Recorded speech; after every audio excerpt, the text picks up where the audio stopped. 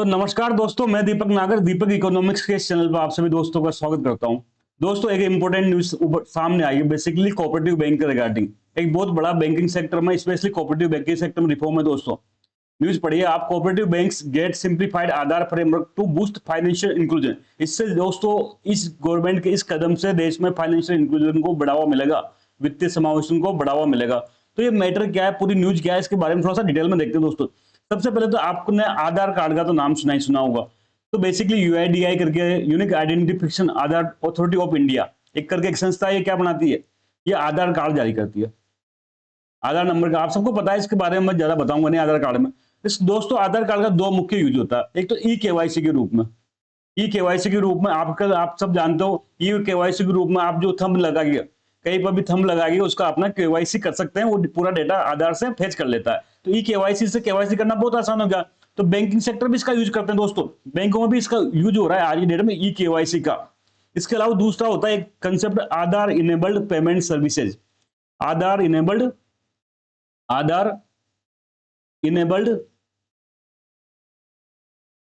Payment services. आप सबने हो सकता है किसी ने इसको देखा हो। बेसिकली ग्रामीण क्षेत्रों में इसका प्रयोग होता है। इसको कई लोग है ना माइक्रो एटीएम भी कहते हैं दोस्तों। माइक्रो एटीएम का कंसेप्ट बेसिकली एईपीएस का ही है। तो इसको मैं आपको पूरा समझाऊंगा आज दोस्तों। एईपीएस का क्या मतलब है, आधार इनेबल्ड पेमेंट सर्विसेज।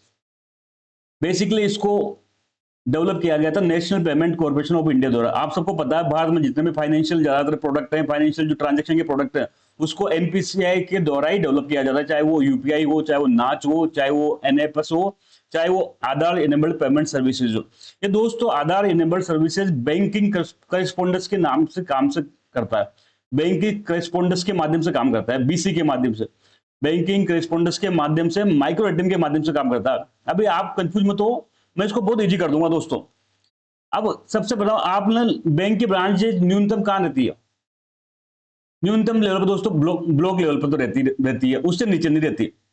बैंक की जितने भी सरकारी गवर्नमेंट बैंक है, पब्लिक सेक्टर बैंक है, इन सबकी ब्रांचेस मैक्सिमम कहां रहती है? ब्लॉक लेवल पर रहती है, तहसील लेवल पर रहती है। और गाँव में कोई ब्रांच नहीं रहती।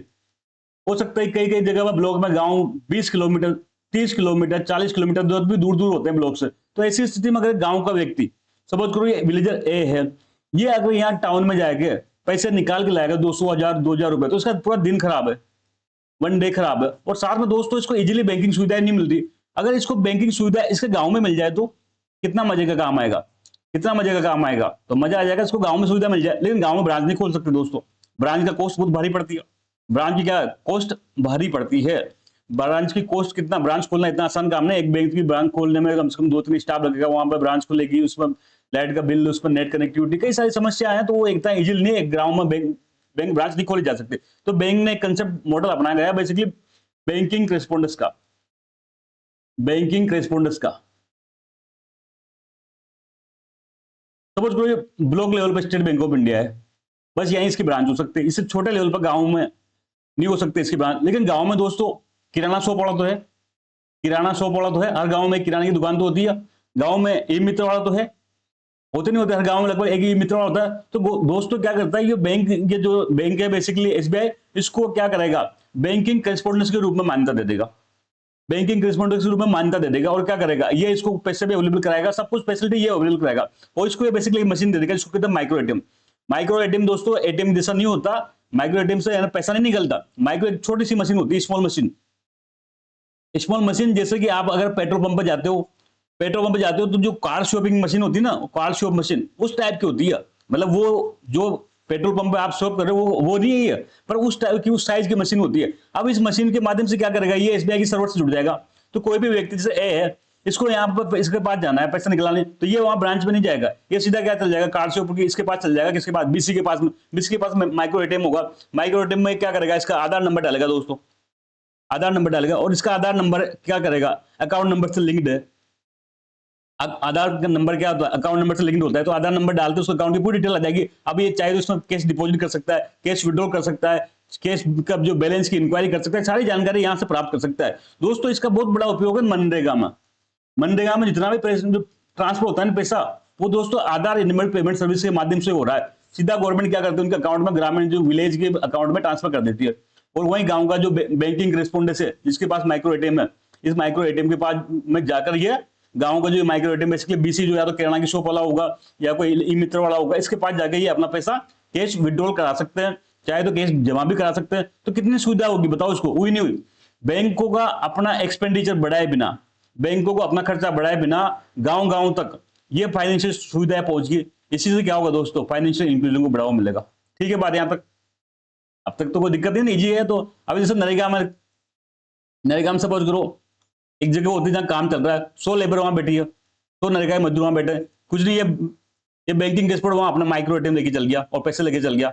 इसमें आधार कार्ड नंबर से एंटर कराया और क्या किया, थंब से क्या किया, उसकी आइडेंटिफाई वेरीफाई कर ली और पैसा दे दिया, और ये पैसा बाद में बैंक से कर लेगा और कुछ जो इसका कमीशन होगा वो ये ले लेगा। इतना आसान सुविधा होगी और गांव तक ये बैंकिंग करेस्पॉन्डेंस की सुविधाएं दोस्तों आज की डेट में पहुंच चुकी है। तो यहां तक ये बात ठीक थी, लेकिन दोस्तों जो ये आधार का बेसिक सारा गेम क्या था, आधार का था। लेकिन ये आधार का दोस्तों ये जो उपयोग था ये बीसी का मॉडल था। बेसिकली ज्यादातर पब्लिक सेक्टर बैंक इसका इस्तेमाल कर रहे थे, जो देश के कोऑपरेटिव बैंक थे। कोऑपरेटिव बैंक अब तक ये आधार की सेवा का प्रयोग नहीं कर पा रहे थे, न तो ई-केवाईसी कर पा रहे थे, न ये आधार इनेबल्ड पेमेंट सर्विसेज नहीं कर पा रहे थे। और जबकि आप सबको पता होगा कोऑपरेटिव बैंक तो सबसे ज्यादा रूरल एरिया में काम करते हैं, ग्रामीण क्षेत्रों में सबसे ज्यादा कोऑपरेटिव बैंक काम करते हैं। बहुत जहां पर पब्लिक सेक्टर बैंक नहीं होते उससे भी छोटी छोटी जगहों पर कोऑपरेटिव बैंक काम करते हैं। तो इनको इस दायरे से बाहर रखना एक देश में एक तरह से क्या है, फाइनेंशियल इंक्लूजन को कम करना ही था दोस्तों। तो कल फाइनली गवर्नमेंट ने ये डिसीजन लिया और क्या किया, ये यूआईडीआई ने बेसिकली क्या, यूआईडीआई ने जो आधार का वो फ्रेमवर्क को चेंज किया और अब से क्या करेंगे, अब से ये कोऑपरेटिव बैंक भी दोस्तों, कोऑपरेटिव बैंक भी है ये इस केवाईसी का जो इसका आधार सेवा का, जिसमें दो बेसिकली होगी ई-केवाईसी और ये आधार इनेबल्ड पेमेंट सर्विसेज का प्रयोग कर पाएंगे। तो इससे और आसान हो जाएगी। अभी कोऑपरेटिव बैंक में क्या करेंगे, अपना बीसी बना पाएंगे और आसानी से ग्रामीण एरिया में क्या कर पाएंगे, कनेक्ट कर पाएंगे। इससे देश में क्या होगा, फाइनेंशियल इंक्लूजन को और बढ़ावा मिलेगा। तो दोस्तों ये न्यूज थी, जल्द मिलेंगे, तब तक के लिए थैंक यू, जय हिंद।